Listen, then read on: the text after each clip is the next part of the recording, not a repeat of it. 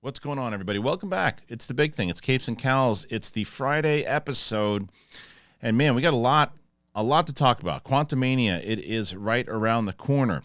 I have seen the film. I'm still under embargo. Can't talk about the full review yet. I gave my first reaction to it. I can go over that briefly. But there's stuff inside of that we're going to potentially talk about on today's show. Kevin Feige almost gave a big spoiler when it came to Kang. So what the hell was that? What could it have been? We'll speculate on that and come up with absolutely nothing. Speaking of Kevin Feige, did you know that he was almost fired in 2015? But Bob Iger stepped in. What's that story all about? My guess, Perlmutter, somewhere or another. That's my guess.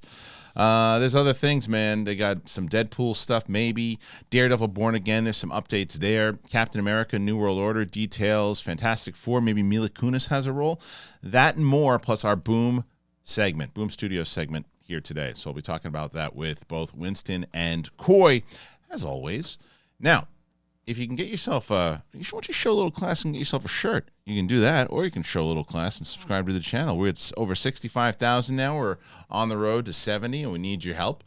Apple Podcasts, Spotify, anywhere podcasts are found. We're on video now, kids, on Spotify. People have been really liking that, so you can check that out. And last but certainly not least, patreon.com/thebigthingshow. I got my link in the description. We hope that you guys will join. That's a way to support the show as well. And then, again, I should say, I lied. It's not last but not least. Brett and myself this Monday at Flappers Comedy Club. Link is in the description. Come out and check us out. Stand-up comedy galore. It's going to be a good one. All right. I've had enough of myself. Let's get into it. It is Capes and Cowls. I'm ready. You ready? Cool.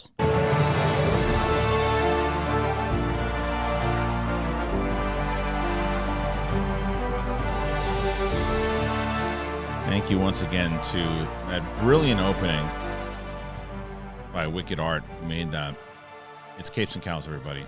Big thing. Me, Coy Jandro, your head's really right in the frame today. Look at that. I like that. It looks good, though. All right, good. Thanks. Look Conor McGregor-ish. I'm focused. And Winston A. He's back, man. Mike Chandler. I'm proud of you, man. You really mastered that stream deck. I wouldn't go that far. I'm getting better. You're getting you are seamless now. You maybe haven't mastered it, but you're pretty seamless. It's like it's almost like you're playing piano, but not realizing. Like muscle memory? Yeah, but I've also limited myself of how much I put on there now, too. So you don't over yeah, like delete things. I'd rather delete things than add. I'm sure there's other ways that, you just teach yourself certain tricks that you're like, it's easy for you. Well, you could do it that way. I'm like, yeah, I know, but it's like my dad. I got my 3 channels. I know where they are. I might not need my glasses to hit them because I know exactly where they are. Boom, boom, boom. That's been me with, you want to talk about kids, if you're learning something, learn it. Back in grade school when we had to take typing class, I learned the entirety of the keyboard except the numbers on the top, and I have to look. Oh, right, yeah. But I've been slowly, because of the job I've been doing, I've been like beginning to learn where those numbers are. Yeah, sometimes I can do it to where it's like, and then other time, oh yeah, that's right. It's true. Yeah, regular typing I can't, but numbers I have to look, and I've been working on it. So, who you got, McGregor or Chandler? Oh, I mean, I'm gonna be honest with you. Like, and I've talked about this kind of often, where from like 2005 until 2000, I'd say 11, 12. MMA and UFC was like how I made my living. Yeah, right? Yeah. I was shocked when I realized how much you knew. Yeah, and everything too. I was really that was my sport. Like, yeah, I knew it. That era, Star Wars level. It's crazy. I knew it more than most people. Like, I really did. And, like I said, I was checking the sites every day, knew all this stuff. And then I eventually, after kids, and I throw in that 2012 because I have, same way with Yankees and Giants, I follow them when I can, but I'm not as, that's fair. Harder. Like, I feel like just like my dad, like where when he got a little older, like that's all, he knows everything again now, and that's the same thing for me when I have a little bit more time. But like, to answer your question, I'm not as locked in to say, because I don't know enough about it. Like, there's certain, I want to get back into all of it, but I remember how I was on the sites. The way that I'm on sites now for this stuff is what I was on for MMA, and I was like, I knew it all. And like I said, like that's how I have been studying that George St. Pierre, Matt Serra thing when I was going down. I said, Sarah's going to win that fight. Yeah. I said, Sarah's going to win that fight. And I told Matt when I met him, I was like, I want a lot of money if you do it. And I still This I one's owe him crazy dinner because still. it's like the two of them are so different as fighters, but they're both like they need this to such a level, and they're both gonna fight till they're burger. Isn't Connor done though? I mean, mentally. My thing with Connor is like I feel like he got really sad after he lost to like in a wrestling match to Khabib, but then when he came back and had that big victory against Cowboy, there was like a pride in him I hadn't seen since 2016. So now I'm wondering if he's gonna be coming back as the I had to like take my licks, I'm back in it, or if he's coming back as like I've got $1 billion. Because there's two fighters. There's comfortable Connor and there's I have my pride. And they're trying Connor. to build this Patty guy up, right, to like the new Connor. Yeah, I don't know. I mean, Patty's interesting because he can like lose 30 pounds in a fucking day. He lost that was rough. What's Patty's last name? McGaddy. Seriously?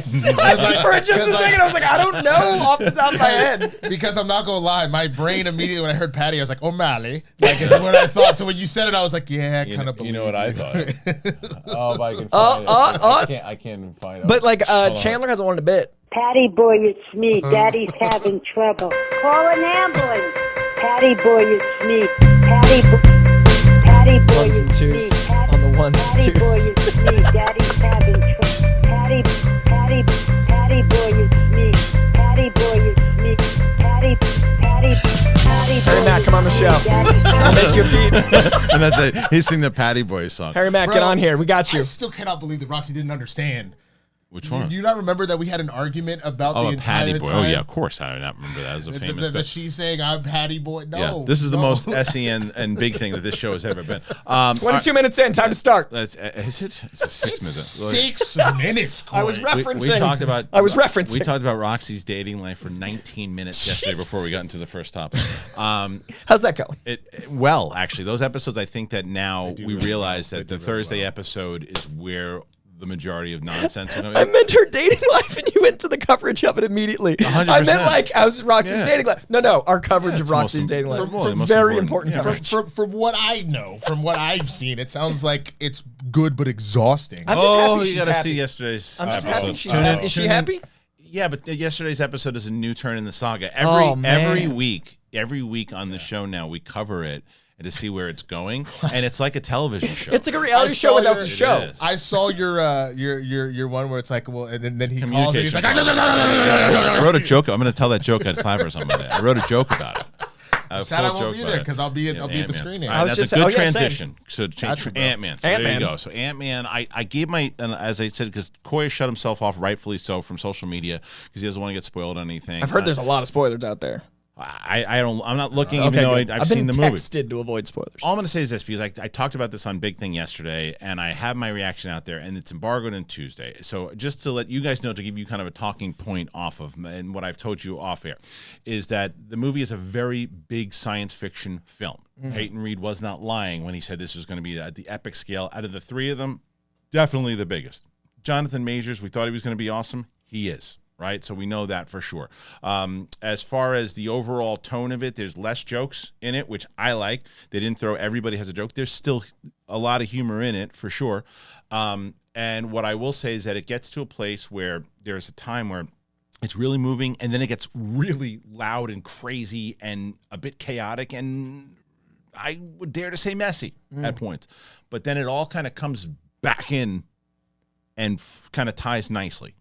So that's the overall reaction, and say with you guys as you may. But I think my main concern is I felt like they ended Phase 4 in a very pointed way, with like wanting to have that poignant ending with Wakanda Forever, and like they kind of put a button on the sadness, the remorse. Phase 4 is about loss, so I'm really intrigued by what Phase 5 kickoff is as far as thematically. So I'm really curious if it is this, like, obviously I don't want to know anything. I left social media, but I'm very curious about what thematically this kind of says at the offset versus, what we kind of knew from the beginning. Loss was Phase 4. So I'm really curious what Phase 5 has to say as like Ant-Man begins this. Winston, did you watch any, or not watch, did you check out social media and look at the first reactions as they came out? Yes, I saw a few. What stood out? What stood out, honestly, was that a majority of people were being like, wow, this is like an epic kickoff to Phase 5. But then the other thing that stood out was friend of the show, Greg Alba, being like, "Yeah, it's not for me. He didn't like it." I've only And seen I was- Greg's first reaction. That 13 seconds was the only thing I allowed myself to watch because I Yeah. respect that Greg won't spoil even accidentally. Well, I didn't see his reaction. Thanks, I just Coy. saw his Thanks a lot, tweet. Coy. I know we can just- talk to you. I did talk to you. Did I not come in and ask your You said opinion? only one. You said only Greg. one. That's it. The only That's person. it. I wouldn't Oh, be nice. here. But I Get your head out of Winston's shot, will you?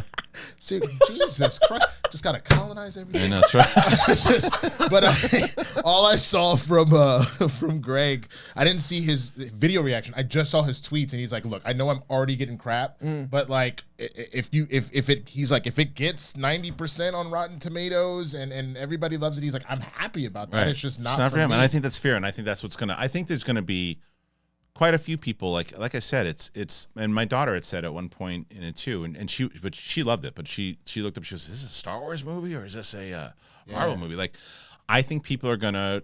Not everybody's gonna be on board with it. I mean, it's a science fiction film. Yeah. I mean, it straight up science fiction film. What I appreciate about that is that was one of the things that we started to fall in love with the MC when we realized they were taking those shots at making genre films within. So Yes. like one of the reasons why everybody loved Werewolf by Night was Yeah. because they It was a really genre, went yeah. for it. The same thing with the original Ant-Man being a heist movie. Yeah, and Guardians, to its credit, was also is a science. It's kind of a science Space fiction opera in its own space way. opera in its own way for sure. But I don't know. This one to me seemed the most science fiction out of anything I've I always seen feel like so space opera and science fiction are in obviously the science They're fiction different. genre, They're but they're a different flavor, Yes. right? So like I feel like we have seen space opera, but I don't think we've seen in the Star Trek, Star Wars I think there's sci-fi elements flavor. of all of that in here. I'm very excited. And I mentioned Strange World also. Strange World, as much as like the feel and look of the quantum realm itself, felt like Strange World. Not the story, not so That would much. have been cool if we had found out at the end of like Strange World at the beginning of this that was actually like a prequel to Quantumania. Right. And it was actually Sold just a lot of the quantum- tickets. just the They quantum sold realm. more tickets. They would have sold Yeah. a crap ton of Yeah. tickets. I mean, they should have done that with Sony with that Life movie. Like they set it up to where it could have been a Venom prequel, where like the black ooze Oh, right, landed on the right, planet, right, and everyone was right. like thinking it was, and I was like, do one reshoot, guys. Throw Like something it's in it, Sony, do one reshoot. something with it, Have a right. Jake Gyllenhaal, Ryan Reynolds prequel, like that would be sell gangbusters. Forgot about that movie. Because you remember when that happened with Split? Like we were like, oh, it's a Yeah. pretty good movie, and then at the very end, Bruce, what the? Oh my god! And so Life Yeah. throws in one scene, makes it the end when it comes out, and now it's $1 billion movie. And I liked Life, and I like Venom. I'm one of the only people that likes both, but like it could have been more. Well, look, so the movie comes out. It's coming out really soon.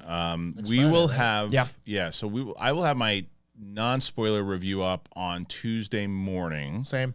for Quantumania, and then we'll have Friday. We'll do on this show. We'll do a preview for it because we'll all have seen it, but we'll do a preview for it. And then the Monday following the release, the three of us will be back for that Monday episode to do a full-on spoiler review. And I'll have a spoiler review, a smaller one on probably that Saturday. You gonna say same on that one too? No. Okay. I typically wait. I wait until the weekend's over. Okay. Yeah, So drop then, this Monday. It's same. so then, Thank you for holding for me, though. I appreciate that. Oh, you're so welcome. You can expect non-spoiler from me, Winston and Kristian on Tuesday, and spoiler right. from me, Winston and Kristian together and separately on Monday. There you go. Perfect. Good plugs, guys. That's why I like that I edit this show now. None of the show. Hey man, if I win, you win. If you win, I win. Rising tide lifts all boats. 1,000% said no one. All right, so we are now Only the Kristian Harloff channel are allowed to put our reviews. Yes. He just like puts our videos on there. That's colonizing. That's how we get him over there. Just bring him in. absolutely. See, now you That's know, our word, now Coy. You can't use that word. I was using it. I was using it in a way that helps. This is that subplot. Hold on, This let me is get that you- let me subplot get you that sh- people let me want. get Let me you just let me get you a shovel if you need it. just go ahead and 6 feet under. right in it. Just here it Yeah, is. sit This in is it. how Sit in it it. goes. See, I welcome your hand in my shop, but I'm not allowed. This is the fear I have on the Are you internet. getting the theme of how this works? It's true. But you That's know true. what, Hey, I only Coy, let me have- ask you a question. What month is it? You damn right. You damn right. And on top of that, it was one hand in your shot. He was all like, hey, man. Yeah, baby. Yeah. I'm good. That should be the thumbnail. That should be the thumbnail. Yeah, baby. I'm cool. I like that I've got like a little alien in my B voice. Like, So it's like, oh God, I wish I had the Quado. Watto. No, not you're doing. Oh, Watto. yeah, we're doing Watto. Watto. I thought you were I talking thought I was selling scrap That parts. wasn't even Watto's thing, but that's what you go. You were doing Jabba with Watto. Jabba's ho ho ho. Watto's from Republic Credits. No, I'm doing Quado is- Quado from Total Recall. Oh, you went 80s sci-fi. Yeah, Yeah. yeah. That's I was fine. picturing the little guy driving the guy in Men in Black. I went 90s sci-fi. Morons. You know? right, Also, I maintain Vincent D'Onofrio should come back in Secret Wars as like Sugar and Water, Well, the Corey, guy from I'm going to Malibu give you an Comics. opportunity if you want to segue into this too. Okay, because what do we got? there is a potential Vincent D'Onofrio update, but you don't have to. Actually, I You got to can lean go into the first. one Go that ahead. I'm most curious about because I haven't heard this story. So Yeah. I'm excited for you to break something for me that I haven't ahead, heard go anything ahead. about. Kevin Feige, Yes. the reason that the largest empire in filmmaking modern history is the structure that it is, almost got fired whilst it was at its peak. That's the report. Marvel Studios' Kevin Feige was almost fired back in 2015 before Bob Iger stepped in. I'm reading this from ComicBookMovie. We knew that Kevin Feige and former Marvel CEO Ike Perlmutter, what'd I say? Yep, there it is. Weren't exactly on the best of terms, but Disney's Bob Iger has now revealed that Feige almost lost his job thanks to Perlmutter's meddling. Oh, this is full-on politics, and I love it. And I love it because I'm on the Game of Thrones. Yeah, because I'm on the side of Iger and Feige, so of course I love it. But the bad blood between current Marvel Studios boss Kevin Feige and former Marvel Entertainment CEO Ike Perlmutter is well documented. But now it has come to light that the latter attempted to take drastic measures to remove his rival from a prominent position of power, showing more so why Ike Perlmutter is a moron. It doesn't say that, but that's what everybody's thinking. The Marvel Cinematic Universe is arguably one of, if not the most lucrative and well-known most franchises of all time. As a large part of that success, it's down to Feige. However, the MCU would have been a very different beast altogether if Perlmutter had his way, because Perlmutter is a moron. Again, not said, but true. The two execs clashed constantly, and newly reinstated CEO Iger has revealed that Perlmutter was preparing to fire Feige until he stepped in. Apparently, Iger's meddling made Perlmutter unhappy, and an unhappiness that exists today. This is Game of Thrones, and I love it. I knew I had to intervene. So in May of 2015, I made the decision to split Marvel's movie-making unit off from the rest of the Marvel and bring it under Alan Horn and Walt Disney Studios. Remember when all this? That's when all the soundtrack and all the scores started coming back and all that. Kevin would now report directly to Alan and would benefit from his experience, and the tensions that had built up between him and the New York office would be alleviated. Wow. I can't read. And I have my glasses on. We are not exactly sure where the tension arose from. Feige trying to assert more control over the comic side of things, or Perlmutter attempting to stick his or in the MCU. I think that's exactly what it was. But we're sure most fans will be pleased that it worked in Feige's favor. I mean, dude, ruined I like Iron Man 3 a lot, but it could have been top 10 Marvel. Like, I consider Iron Man 3 like 13. Like, it's high, but like Ike Perlmutter like ruined the villain, ruined the ending, wanted to sell toys, and that's the one we know the most about. I guarantee this was The music, dude. Perlmutter was interfered with Iron Man 3? Yeah, that's the reason there's a random fire-breathing Killian and not Rachel. The original villain was supposed to be her. Like, she was the villain of the movie that they set up throughout the film. I forget the character's name because they underwrote her at the end. They cut her You're out. talking about the one that he was like, that he hooked up with? Yeah. and then- Scientist. The scientist was the villain, and that's why it feels so weird that suddenly Guy Pearce is the villain, because like Perlmutter was like, we need him to breathe fire and sell toys. So she was the villain of the movie, and that was tying into his PTSD and his trauma about women and his like inability to connect. And it's actually about the pathos of Tony, but instead he was like, let's make it an action set piece. The thing that drove the reason Iron Man 3 doesn't work is like Perlmutter. You know, the thing that drove me nuts about Perlmutter was the thing that I'd always heard was that when he wouldn't pay the composers. So because the deal was this, the deal was basically he would hire you on to do the first movie. Mm-hmm. You would create an epic theme, and then the second movie you would want more money to do the second one, or they'd have to pay you for your themes if they didn't. And he's like, "Now composers aren't as important." So they just, if you look at like, what was it? I think it was Captain America: Civil War. The Captain America theme by Alan Silvestri is only in it like a hint. Mm-hmm. In the Avengers, I think it's Ultron. It's only, the main theme is only in there for a hint, and that was like, I remember going, what are they doing? That's when it was so messy. Ultron was a convoluted mess of 5 different storylines. If you look at Ultron, they retroactively fixed that movie because like the movies that followed, they were like, oh, that thing we set up. But if you watch that movie by itself, it's like Thor takes that weird like acid bath where he's like tripping balls, talking to spirits that never landed anywhere. No. And there's so many things like that in that movie. Well, that's why I think inside of this report, it sounds like Perlmutter wanted to be more involved in the movies and get the credit for everything, and then tried to make that political move to get rid of Feige, and this just shows you how stupid the guy is, because it's like that's just a political power move as opposed to going, well, this guy clearly. It's what we always talk about with the executive who makes the business decisions, who doesn't really give a crap about the creative, hence selling the toys and doing that, as opposed to the guy who's got the business sense, who gets the creative and makes it all work. Yeah. And you don't, and it's your ego then saying, I don't want this guy to get the credit. And then this is also a very big political play, by the way, because there's stuff going on with these shareholders right now and the board. Like, there's a big battle between like Iger and I forget the other dude's name. There's like a whole court where it's like Iger and his crew, and then whoever this other guy is who's trying to take control. I forget his name.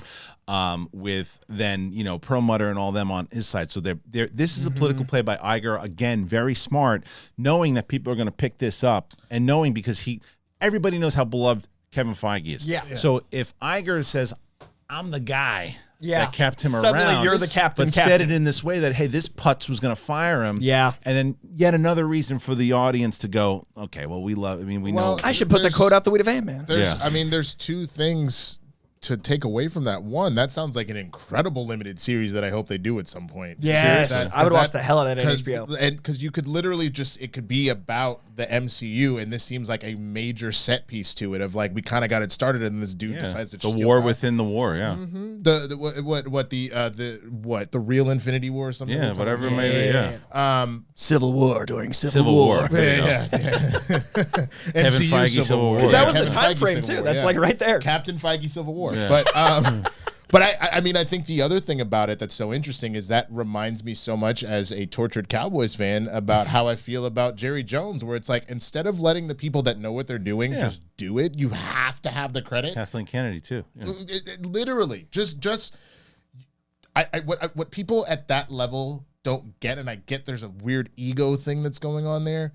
You have already won, and you know how you win more if you're the guy that hired the guy that did it. 100%. Like if you would have worked in synergy with Feige, it could have been bigger, way bigger, and they would have been able to work together in a partnership. But there's just personalities that won't allow you to do that. Clearly, inside of Perlmutter's, I just don't have the other guy's name. It is Game of Thrones. It really is, because they're trying and. You're trying to name a Game of Thrones character? No. The guy that actually is opposing Iger, and so not Chapek, right? No. Chapek's out. He's gone. Yeah, but it's this whole thing. There was this big article that came out where he's trying to take over, the certain parts of the board and everything, and it's Iger versus this guy. And so this is, make no mistake about it, that this play by Iger is as much of a political move as anything else, to say inside of that shareholders thing that this is what happened. The guy that made. This is 2015. You want to get rid of him. Had you gotten rid of Kevin Feige, would you have the success of Infinity War and Civil War and Endgame? And we just had our Ant-Man premiere, and we're about to have the biggest opening so far. Like the timing even of the quote. Yeah, of course. Like that's smart. He's brilliant. I told the story yesterday on Big Thing, but I'll tell you guys as well. Like we were walking through for the premiere, and I don't care anymore about seeing celebrities. It's whatever. But my daughter, is looking and she sees Ant-Man and she's like, oh my god, and I look over and I go. It's Iger, right? and I turn to my daughter. I go, that guy is responsible. She's like, great, Dad. There's Evangeline Lilly. She didn't give a crap about Iger, but I'm just like the power. But it's not even about the power. It's about a respect and understanding of what we're talking about here. Yeah. It's the idea. You can be an executive, and you got to make tough calls, right? Like for example, he has this big announcement. He had to lay off 7,000 jobs. 7,000 jobs. That's not easy, and you're going to get a lot of criticisms on that, and you're going to get a lot of hits, and it's not the easy decision to make, because people are going to go, why? Because I saw it. It's like people always go, well, why don't you cut your salary, Bob? Why do you got to cut other people's salary? It's like, it's not the way it works, guys. It's when you're hired on, it's not how it works. But I feel like it's all relative. I think if it's the standard cost of doing business, I think you're spot on. But if you're like, I laid off half of our workforce, well, now you do need to not half though. I mean 7,000 still for Disney. It's a chunk. It's a chunk, but it's not half. And it's like and with all the stuff that it's a whole big report and all the sequels that they announced coming up. But anyway, and all the dumb decisions that he has made. And you look at how that is pretty public that all that happened, and the fact that Iger kind of came out and basically said it, you know that behind closed doors, he's like, that guy's a putz. Yeah. And what I loved about it is he's like, okay, yeah, Ike, that's cool. You want to get him fired? Well, don't worry. We're going to take him off your hands. He's going to work with Alan. No, I want him fired. No, it's cool. He's going to work on the film side. You all right? No, I'm not. I'm furious. Cool. He's working in the movies. Billion-dollar franchise. Yeah, right. Billion-dollar franchise. And Billion-dollar and franchise. Ike, and like Game of Thrones, Ike is just sitting in his corner with like, pissed off, just like throwing things against the wall, going, and it's just like, I gotta find a new friend now because Bob Iger just took sides. And What is he doing now? Well, you see, I think he's still part of the company. He's still part of Marvel for sure, right? We just got a different division, isn't I he? don't think he's part of Marvel anymore. What? Because Kevin Feige has had 3 promotions since then, where he's literally the one above all. And likewise, with you were talking about, I like talking to Kevin Feige more than the actors because I like to know what Kevin Feige's like consuming, like what he's reading, what he's watching, and stuff. Chairman and Former former CEO. CEO. Yeah, definitely not involved with Marvel anymore. Damn, no, they did not put the Thanos dusting on his ass. Oh, I gotta. There's our thumbnail. Oh, that's good. Oh, I love that. Oh, that's great. Hold on. That's amazing. I gotta bring that up. Who did that? That's amazing. Hold on, I'm gonna bring that. I gotta bring that picture Somebody up. needs to get hired by Disney for that. The title is Kevin Feige's promotion is Feige a loss. did it. Oh, yeah, that's Yeah, hold on. enhance. Yeah, I will. Zoom and enhance. Oh, that's so good. Really good. That's really. I am good. inevitable, and I am Kevin Feige. Oh, hilarious. That's great. Well, Did he say anything when he got done? He just sighed, right? Yeah, I just accepted. It was a, oh, here he goes. That tells you anything. All right. Anyway. So, Yep, that was my thought. That's why I've got strong opinions. Yeah. But Anyway. All right. So let's move on. All right, Winston, you're up. You got some stuff to talk about. What do you want to talk about? Well, we already talked about Feige.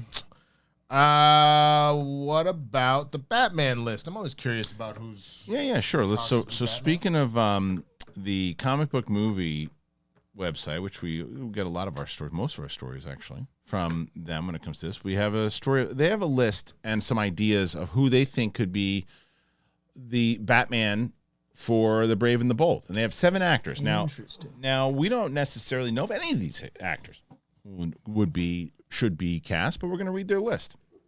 Last week, DC Studios revealed the first movies and TV shows that will be part of Chapter 1, Gods and Monsters, and The Brave and the Bold was among the biggest surprises. Matt Reeves' The Batman 2 will be released in theaters in 2025, but the DCU is getting its own Dark Knight in a movie that will introduce the Bat family and Damian Wayne in a movie heavily inspired by Grant Morrison's, although Damon Wayans was, not Damon Wayans, it was Marlon Wayans. Marlon Wayans' Robin, yeah. Grant Morrison's Batman and Robin run. James Gunn recently confirmed that this Batman would be older than Superman, so who should play the DCU's Cape Crusader? Rumor has it, DC Studios is looking for someone around 25 to play the Man of Steel, and Bruce Wayne has a 10-year-old son, so they're guessing he's going to be in his mid-30s at the very least. That opens up the door to plenty of exciting possibilities when it comes to casting. And here are the exciting ideas that we have. Taron Egerton. I think he'll be Wolverine, so I think he's out. But it's an interesting choice. It's an interesting choice. So we'll get into that in a second. A little young for me. I don't know, man. He's got the chiseled face that honestly, I know he broods a lot. I think he would be a good Superman. So I don't know about that. All right, well, let's talk. Short. Let's talk. No, he's not. He's like 5'11". I'm going to give the list first. And then we'll give our choices of who we like the best. So Taron Egerton, once a fan favorite for Spider-Man and most recently Wolverine. What if he joined the DCU instead? So the next one we have for that they have chosen would be Richard Madden from Game of Thrones, of course, and Eternals. Richard Madden's MCU rule as Icarus appeared to be a one and done based on the events of Eternals, and while that's a shame, maybe he could link up. All right, it's an interesting choice. Madden could definitely pull up playing a father at the end of his tether with his son, Winston Duke. Interesting. It's an interesting cast. We're not going to say that Marvel Studios has wasted Winston Duke. I don't know about that, but he should have been given more to do in Black Panther: Wakanda Forever. Definitely agree with that. Unlike the other actors listed here, he has a history with the Cape Crusader, having lent his voice to the hero in the podcast series Batman Unburied. I didn't know that. It would also give a young black or mixed race actor the opportunity to put their stamp on Robin. Still not convinced? Check out Duke's jaw-dropping work in 9 days and get back to us. Jake Gyllenhaal.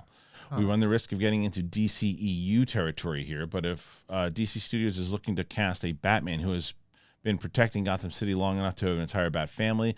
Gyllenhaal would be a superb pick. He's only 42, and Affleck was the same age. And between Spider-Man, Far From Home, and Ambulance, we've seen many sides to the actor. Ben Barnes.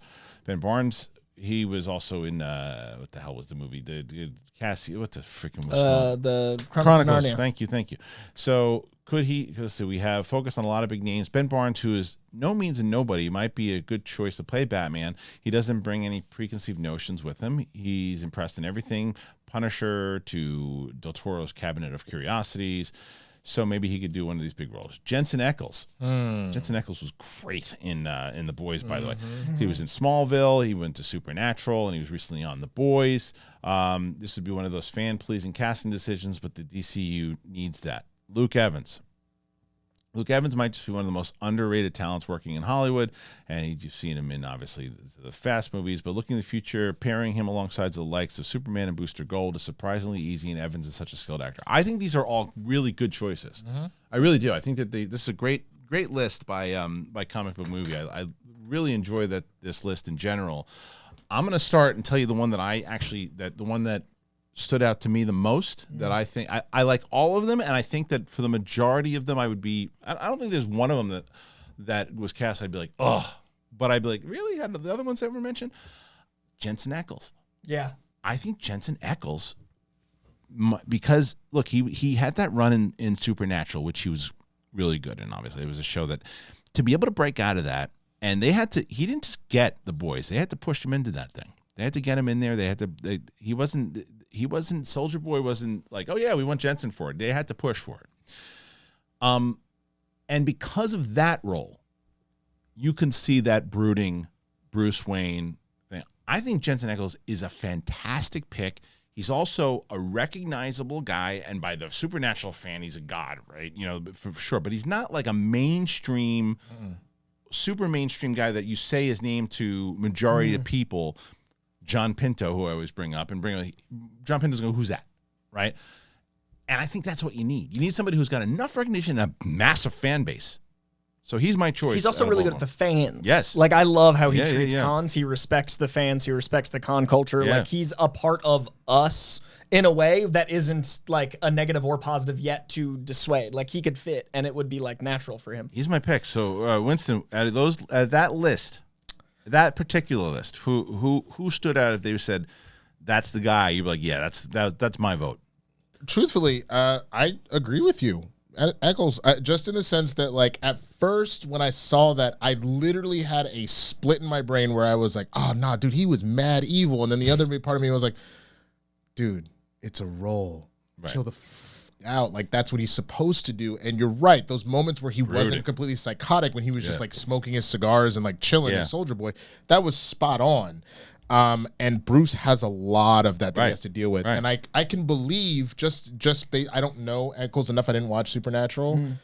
I can believe that he can play the Bruce part of it, that where voice he's too. the voice. You know what I also like about it too, Winston, is that these other choices, as great as they are, a majority of them have a Marvel thing on them. Like a lot of them. And it's not that you can't separate it, as you just said. And The Boys is a big show, but it's not Marvel. No. And to not have a Marvel actor jump in, well, we had him in Marvel, now we got him in DC. The Boys is huge, but The Boys is still niche. Yes. If we're being 100% honest, we love it, but like, I know a bunch of people in the general population like, what the hell is The Boys? Also, Jensen Ackles voiced Red Hood, which is a storyline they might bring in here. That. And he dressed as Red Hood for Halloween and like is clearly devoted to that world. So again, there's like a passion that I respect. I'm gonna go. Guess. Can I guess? Oh, you got go? Gyllenhaal. Actually, no. No? No, because I honestly, and the reason behind that is I love Jake Gyllenhaal, but because he's Jake Gyllenhaal, I would see Jake Gyllenhaal. Yeah, 100%. The issue I'd have would be like, well, that's a Gyllenhaal chin. Like I'm a fan of dude. And and we said this, you don't need a big star because the to IP sell Batman. is the character. Yeah. Like sorry. So So I actually went with the one that I think is the least known of these because of that. That's Ben Barnes.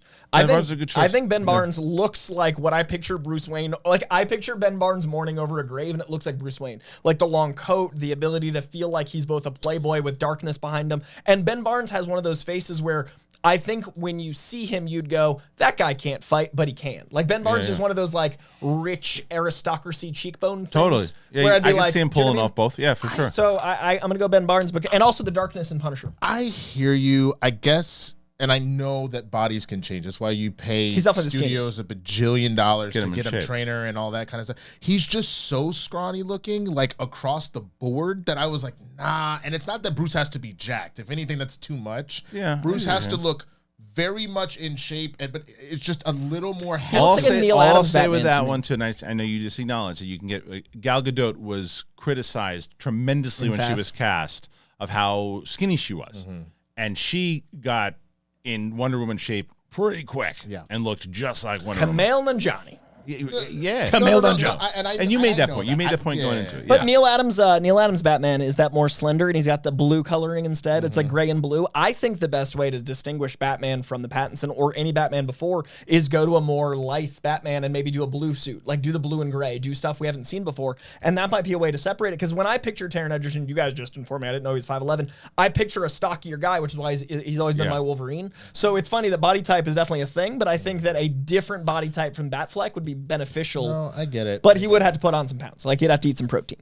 No, that's the whole 5'9". thing. Okay, Yeah, so he's 5'9". not. He's like my height. 5'9". Well, I thought he was 5'11". Okay, so that's more Yeah. Wolverine. Wolverine's Yeah. like 5'5", Yeah, but yeah. in Hollywood, Yeah, right. Wolverine was 5'3". Wolverine's tiny, but they haven't done it right. So I'm gonna accept I know. 5'5". They're never gonna make a 6'1", right? It's like tall. They're never going to make a 5'3" Wolverine, but that's another conversation. But like, so him being at least 5'9" is Because it approachable. plays too small on television on screens. Like as Coy was saying, 5'8" can play. You know, 5'5". That's fair. You can't play 5'3", but you can play 5'5". Yeah, I mean, because if you took Tom Cruise out of his 75-inch heels, he would look little. you Also, know? like Tom Hardy shoots very creatively. Like Tom Hardy's Yeah, a short right, guy, right. and they make like Bane is big and intimidating. But if you also look at Tom Hardy like next to Chris Pine in like Right. the rom-com they did together, when they're very much like adjusting. They're very because he's my height, Tom Hardy. So like there's a creativity, but you can't go the other way to that extreme. That's Everyone's actually my pick. Glenn Powell to play Batman. Yeah, I don't. I think He's my Hal Jordan. Yeah, I think he's got more. He's got more. To me, he's got a little bit more of that.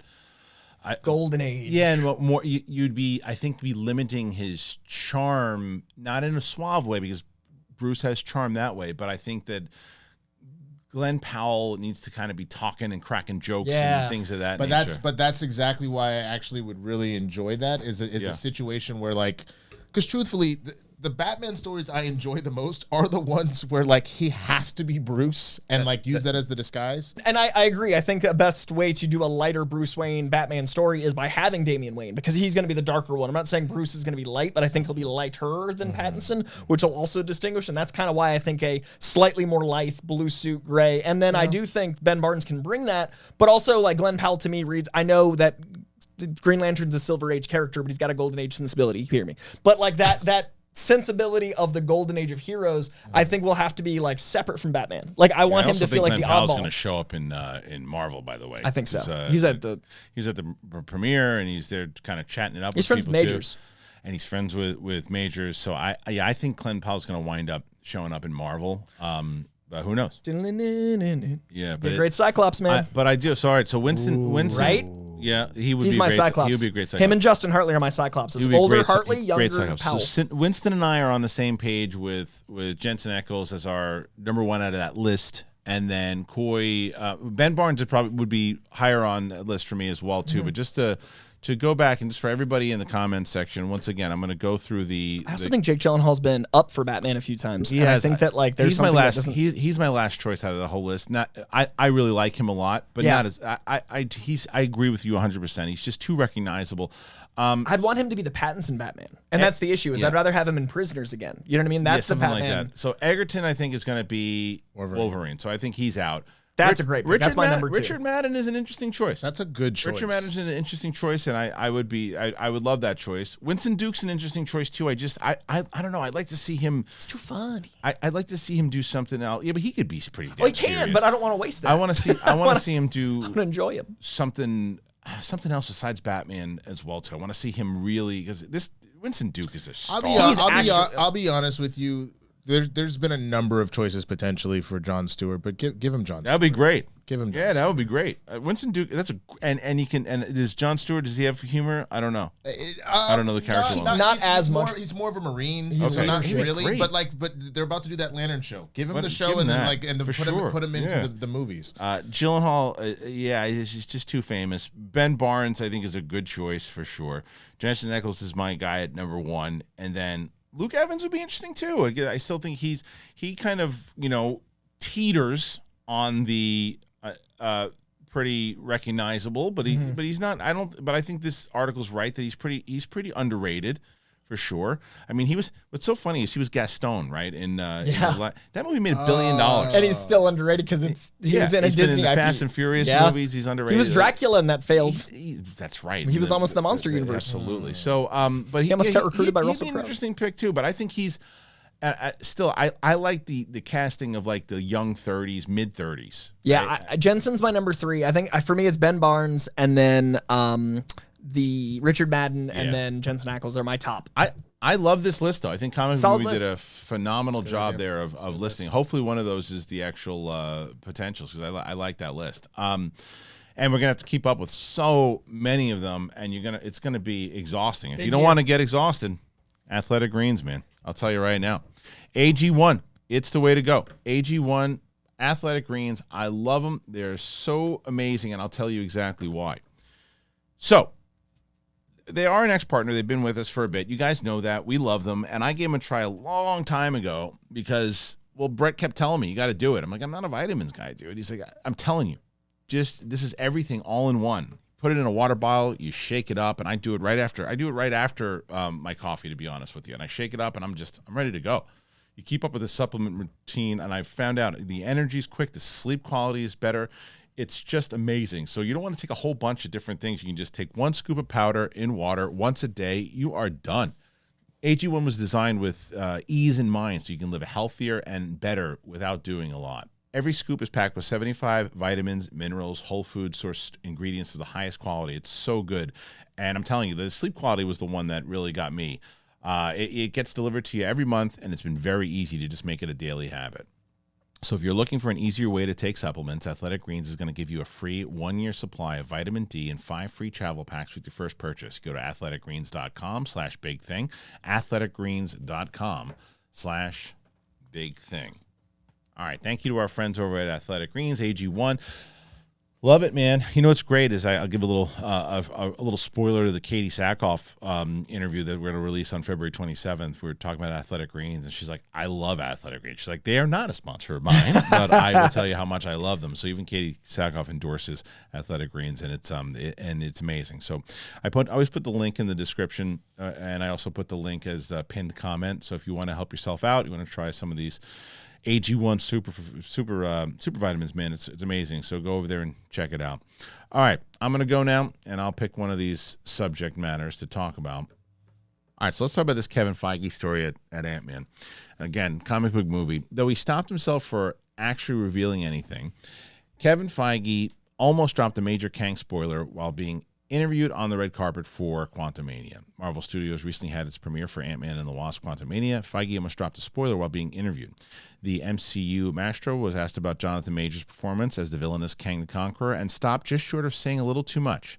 He said, Majors is such a versatile actor. He's getting a lot of great acclaim in numerous movies coming out around this time. And I've almost gave you a big spoiler. What was he going to say? It's almost impossible to know for sure. Now, I'm going to play the actual clip because Winston and I listened to it beforehand. I want Coy to hear it as well because we started kind of speculating of what we thought. Here's the clip from Kevin Feige. Welcome to Phase 5. Phase 5. So tell us a little bit more about Jonathan Majors and what made him the right guy to be our Kang. You know, he's great, and Peyton Reed was a huge advocate for Jonathan. A year and a half ago, 2 years ago, whatever it was, we were casting that role for both Loki, He Who Remains, and Quantumania. And obviously he shot He Who Remains first and then this, but you can see already, if viewers who saw him in Loki, saw him in the trailer for Quantumania, he is such a versatile actor. He's getting a lot of great acclaim in numerous movies coming out around this time. And we've already, I almost gave you a big spoiler, but we've got lots of plans ahead for it. So I totally think that was legit.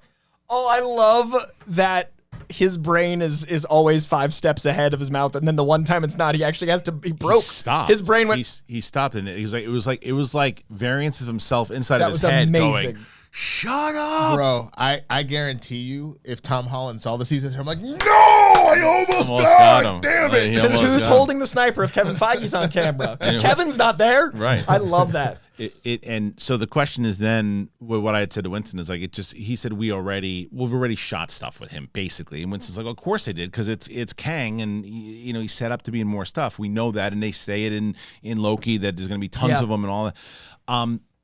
But the question of the we've already means like what have they shot him in? I would assume he pops up in either Guardians or he pops up in Loki season 2. I think he's in the Marvels.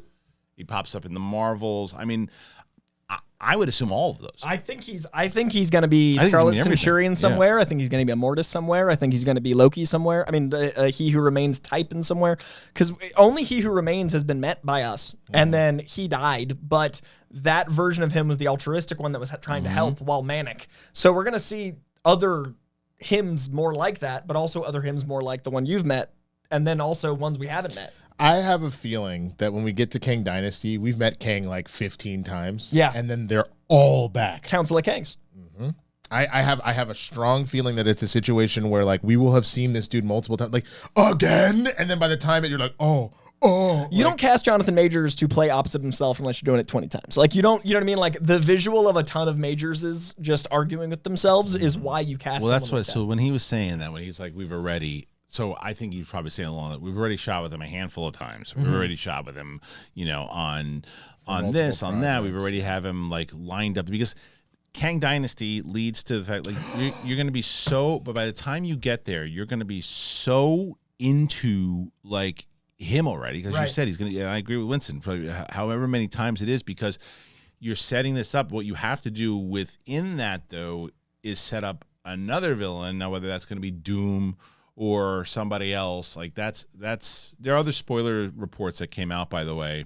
That's why I've not been on the internet. Not about Quantumania, about potential things happening in Secret Wars that I don't want to dive into because it's apparently they're revealing like other villains and stuff. Oh wow! No, it's Already, we don't have to get into that. But Yeah. there are 2 things that the writing is on the wall, one announced and one not officially announced that I think that he almost said.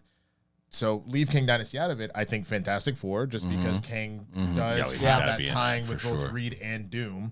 And then the other is a Young Avengers movie, because that is also especially with Iron Lad, I can very much see a situation, since we have clearly set up the Young Avengers are coming. We don't know when. Right. I think he may have, because just to say we've already shot a bunch of stuff with him, that's not a spoiler. Like you have a movie called Kang Dynasty at some point. What I find interesting is the context, right? Because he was talking about the difference between He Who Remains, Jonathan Majors, and the one you're about to meet. He was clearly talking about a different type of acting style, performance, whatever from Majors. I think he was about to reveal another Kang.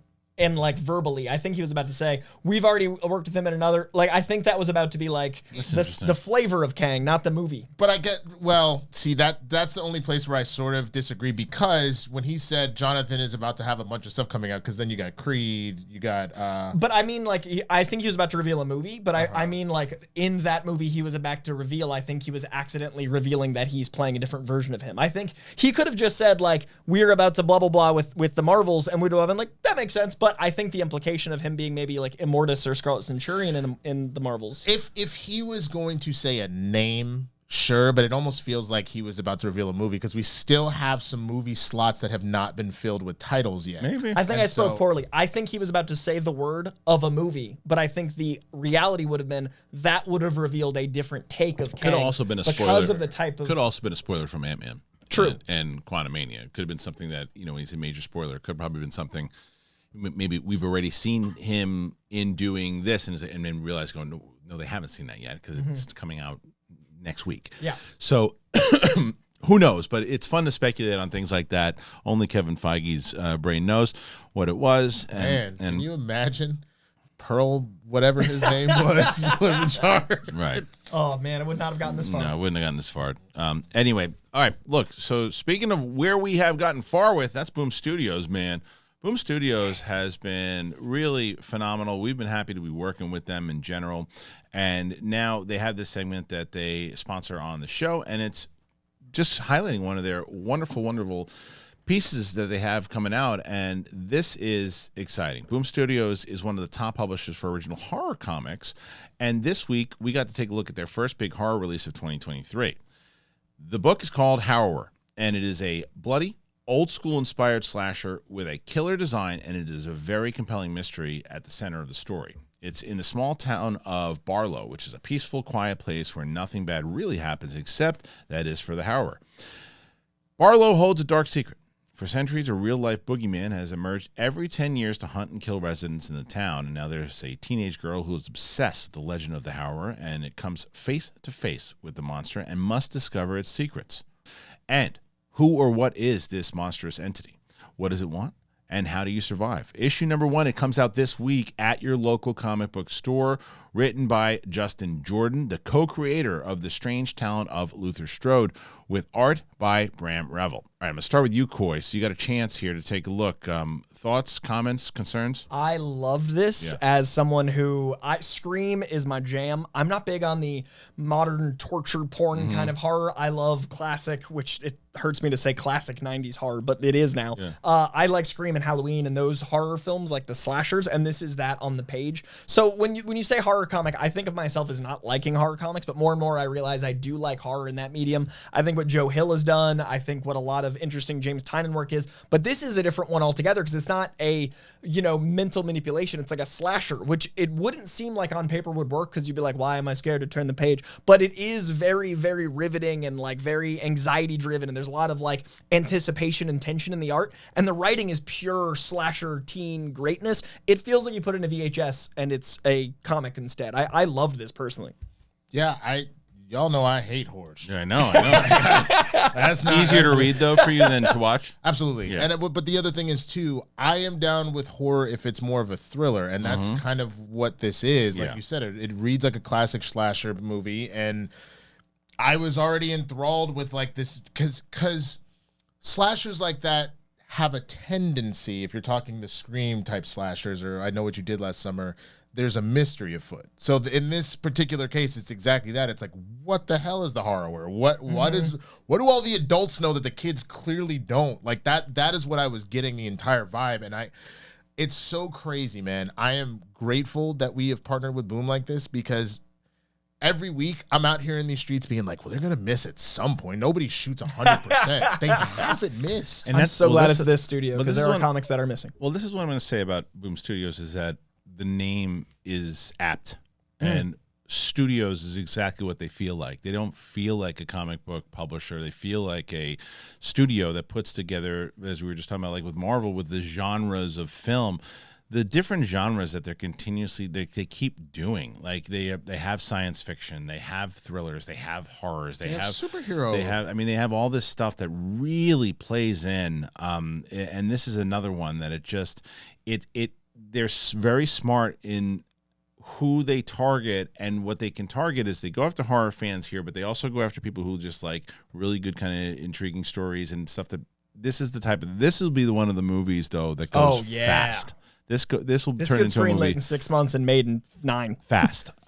So once again, Boom Studios, make sure you check this one out. The Howard, it's out, it's coming out, but Coy, anything else you got a recommendation for? Yeah, well, actually 2 things, because one, right now at Barnes & Noble, I usually say, local comic book store, but the next best thing to local comic book store, I always support your LCS first, but a bookstore is as rare as a comic store nowadays, and Barnes & Noble has a buy one, get one free, free Image Comics, every graphic novel, every image out there. So a lot of my favorite graphic novels of all time, like Saga, Deadly Class, the most recent Lonely at the Center of the Earth, Sex Criminals, all of this is buy one, get one free. So if you've been curious about a run, you could literally pick it up for the 10 or 15 bucks it is and have 2 years worth in some cases.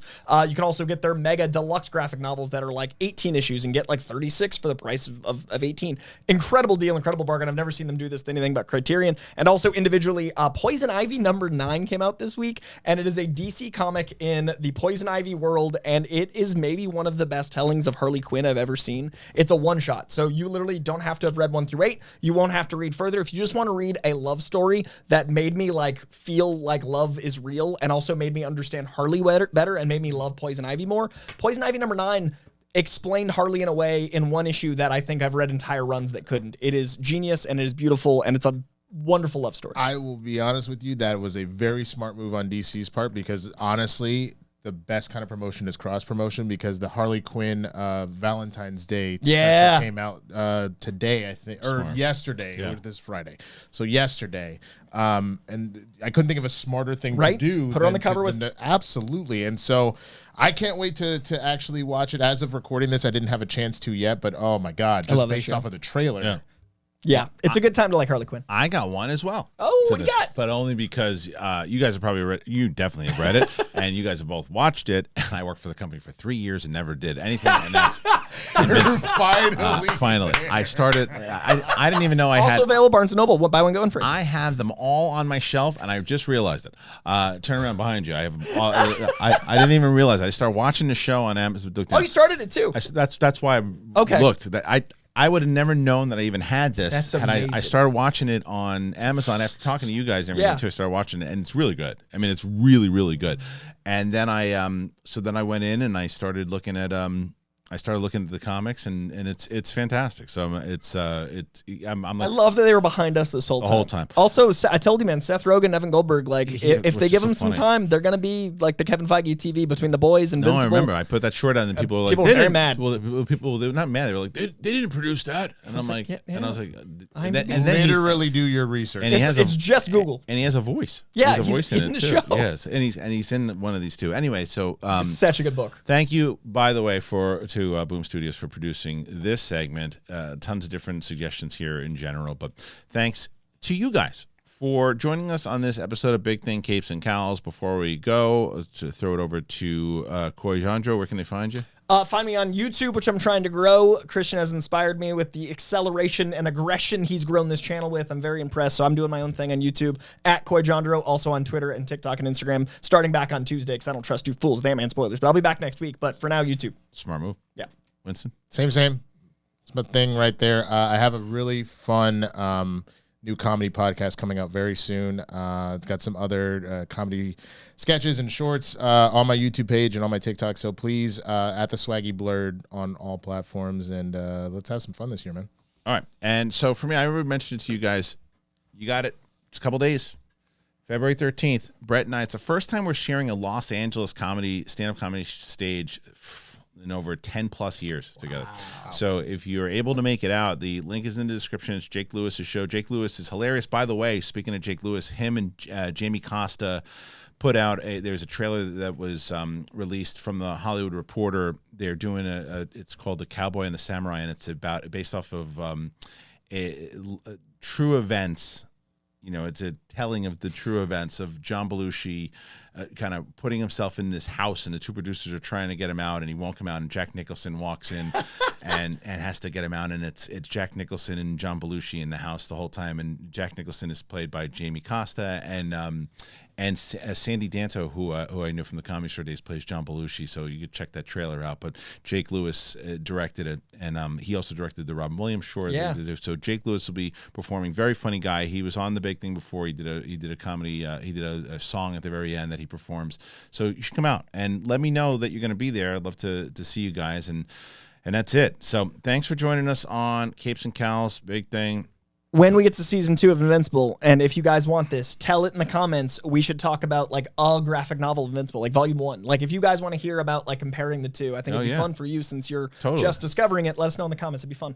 All right, guys. So thanks again for joining us today on the show. For Winston and Coy, we appreciate you very much, and we'll see you on the flip side, everybody. It's Capes and Cowls. It's Big Thing. Peace.